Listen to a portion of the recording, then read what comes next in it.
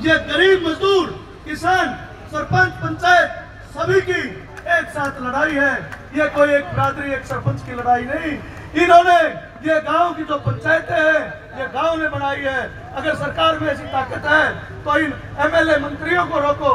हमारा आज एमएलए कहता है कि आज एक जिला परिषद के चेयरमैन की बात थी, अब ये तो बीजेपी का नहीं था, ये तो कांग्रेस का था, उसके साथ कांग्रेसियों का फोटो उतरा है।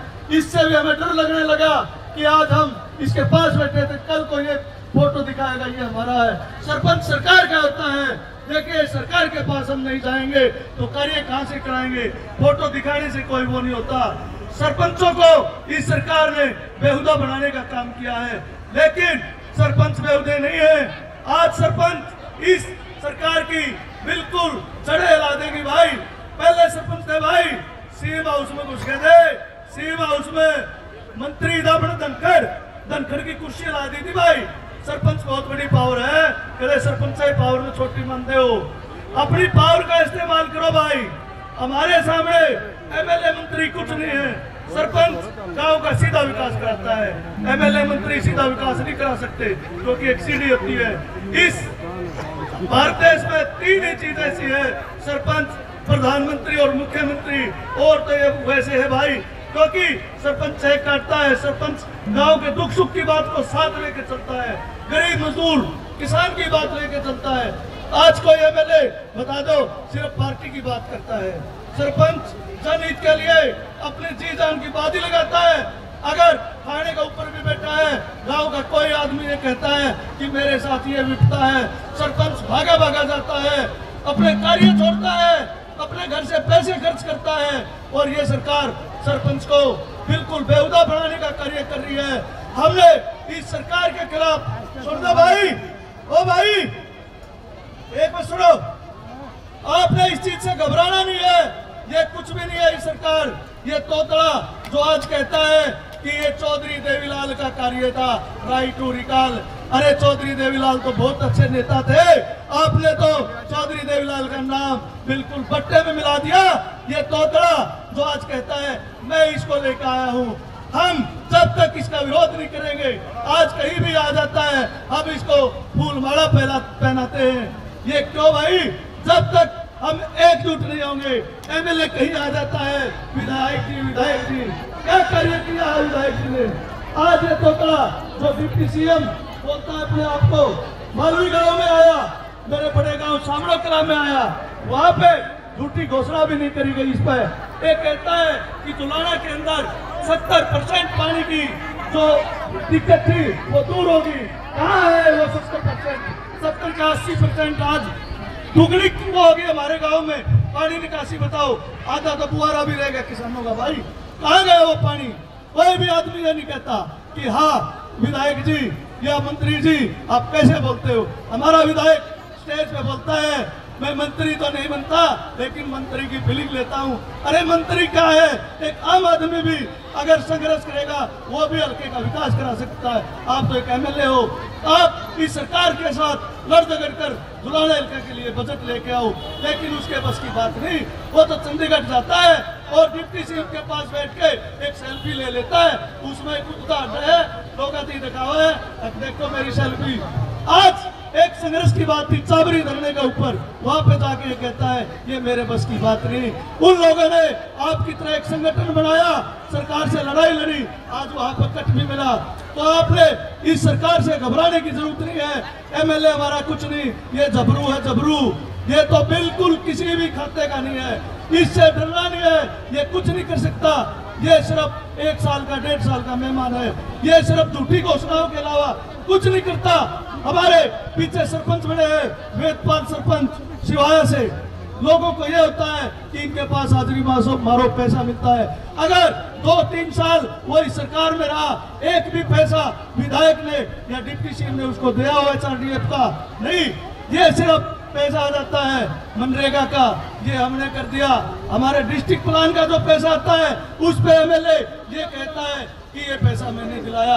अरे ये तो जिले का पैसा है विधायक जी, पैसा दिलाना है तो HRDF से चंडीगढ़ से लेकर आओ, हम उसको आपको ये मानेंगे कि आपने इन गाँव को पैसा दिलाया। एक पैसा थर्ड फाइनेंस का था जो स्टेट का है, एक PRI आकर दी, उसके ऊपर भी ऐसे कानून लगा दिए इन्होंने।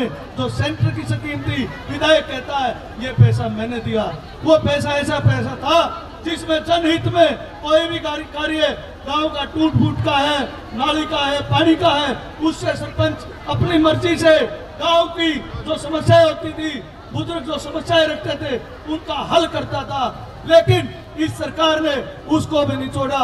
जो सरपंच गांव के हित की बात करता था, वो भी एक ऐसी जगह पे लगवा दिया, कचरे के ढेर लगाओ। बताओ कचरे के ढेर में डिब्बे को क्या होता है?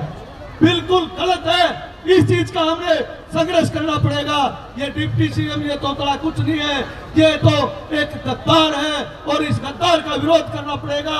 जब तक हम एकजुट होके नहीं चलेंगे तो ये कार्य नहीं होगा। आज भी ये तोतला जो इसका मंत्री है JJP का, ये बयान देता है कि ये सरपंच तो पागल हो रहे हैं। क्यों पागल हो रहे हैं सरपंच? इन्होंने, जनता ने इनको बढ़ाया है, ये अपने हक की लड़ाई लड़ रहे हैं। अगर सरपंच कार्य नहीं करा सकते तो इनका बढ़ने का क्या फायदा है भाई? अगर सरपंच कोई भी भ्रष्टाचार की बात सरकार को लगे, उसकी जांच कराओ, अच्छी बात है। लेकिन जो इन्होंने ये कानून बना दिए कि सरपंच के हाथ बांधो, गांव में आते हैं सरपंच के खिलाफ जो MLA मंत्री हैं, लोगों को भड़काते हैं, अपनी अपनी पार्टियों को, आदमियों को आगे लाते हैं, अब इस कार्य की देखरेख ये करेगा, अपने चहेतों को टेंडर दिलाते हैं। आज ये कहते हैं टेंडर से गोलमाल नहीं होगा, डबल नहीं होगा। हमारे यहाँ पे कई गांव में सड़कें बनी हैं, उन सड़कों का हाल देख लो, अब से पहले वो टूट चुकी है। उसमें MLA का, इस डिप्टी CM का वो जाता है, फंड जाता है, पैसा जाता है। इनकी जांच क्यों नहीं बिठाते? 18 फुट की सड़क है, पैमाइश कर लो, वो 16 फुट की मौके पे मिलेगी। उसके साथ साथ 3 फुट की बर्म है, वो बर्म बंदी हो तो कहीं पर देख लो। यही हाल मजदूरों का कर दिया इन्होंने। बेचारों को 3 महीने का, 3.5 महीने का काम था, लेकिन नहीं देते। मजदूर भाइयों, मैं आज आपको ये कह देता हूँ, इन सरपंचों के साथ लगो, अपने न्याय की हक की लड़ाई लड़ो। ये हमारी सबकी लड़ाई है, किसान, मजदूर, सरपंच, पंचायत, क्योंकि गांव से, पंचायत से ही ये सरकार चलती है। आप लोग छोटे नहीं हो। ये MLA, मुख्यमंत्री हमारे सामने कुछ भी नहीं है।